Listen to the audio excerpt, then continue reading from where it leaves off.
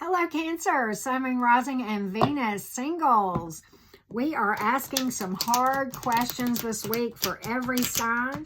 We are delving into issues associated with why you might be having trouble attracting a viable romantic partner, okay? So if you haven't already subscribed to my channel, I hope you will do so. And if you want to delve into your situation deeper, either with a personal reading or with some guidance, mentoring, coaching, I offer all of those services, and all the details that you need and the instructions how to book are down in the description box below this video. Okay, Cancer gang, so here's what we're going to do. Oftentimes it has to do with your subconscious beliefs, which by definition you are not even aware of, because that is the hand that rocks the cradle as far as every experience you are having, okay? And I talk about that a lot in my shadow work playlist, okay?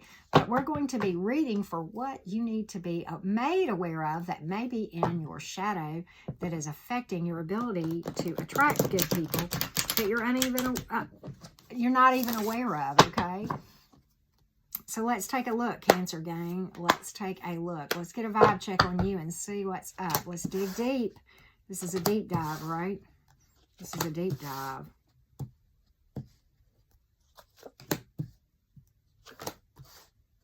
Some of you have given up on love, point blank, period, and you're feeling kind of withdrawn. Some of you have just flat out given up on being able to attract someone that's viable, okay? But you know, and some of you are very guarded. Some of you, the reason is because you're afraid to be vulnerable with somebody, because you've been hurt so much and you're afraid to be vulnerable. Okay, there's nothing wrong with being vulnerable at the right time. Certainly when you first meet someone, you know, you're not going to divulge every skeleton in your closet on a first date. But over time, you become more vulnerable and you open up and you allow somebody access to your heart, right? And so it's just knowing when it's appropriate to, you know, drop your guard a little bit, if you will. But some of you are really, really, really fearful about doing that and really concerned about not being able to find happiness. Some of you feel like independence would be better. Some of you have dealt with some arrogant you-know-whaties, right? And that's affected your self-esteem and made you feel very withdrawn and guarded here and kind of ambivalent to the whole idea of love, okay? And because of that, I think you're really guarding your heart, okay? And you kind of feel combative and almost defensive, and maybe you come across that way without realizing it, okay? But, you know, at the end of the day, it's all about going inside and kind of delving in and asking yourself, you know, honoring those feelings and asking yourself why and working on yourself, okay? That's kind of what I get for a lot of you Cancers, okay? That's what I get. We're going to delve into this thing a little bit deeper, okay? But I think a lot of you have just given up hope, and maybe you don't even realize it, okay?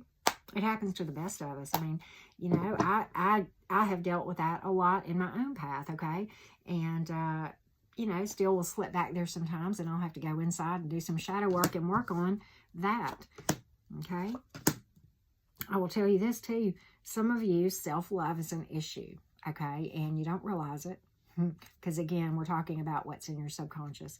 Some of you are really, really concerned, and you may not realize this, with what other people think about you, okay? At the end of the day, other people's opinions don't matter, okay? It's your opinion alone that matters. Their opinion of you is none of your business. You may or may not be aware of this. Again, I would really encourage you to delve into your, you know, your shadow. And here's how your shadow can manifest. It can be a fleeting thought where you think something and you think, no, I don't really think that. That's repressing it. When it happens, make a mental note. And as soon as you get into solitude where you can work on that and kind of say, okay, why did I think that? Why did that cross my mind? Because it does happen for a reason. Because at times the subconscious will come to your conscious awareness in just a flash, and it does that for a reason, so that it will get your attention, so that you can know, okay, I got an issue here that I just need to dissect a little bit, okay? You know, and and overall, you know, shadow issues that need to be delved into will manifest themselves in the form of temper, popping off at somebody, being triggered, PTSD. Yes, PTSD. I did not realize that until I actually had worked through some issues associated with my own PTSD. And it was really weird. I never thought, I mean, I didn't think you could like cure it that way, but like, I'm only talking about my own experience. I had PTSD from experiences from childhood. And when I started really doing my work, I don't have those issues and I'm not triggered anymore by those things, you know. I mean, I get, you know, I will tell you, I mean, many areas of my life over the years have been things that were triggering and would cause me to feel triggered. And as I go inside, I work through that stuff and I'm not so triggered anymore. And even when I am triggered, it's about saying, okay, what's making me feel this way?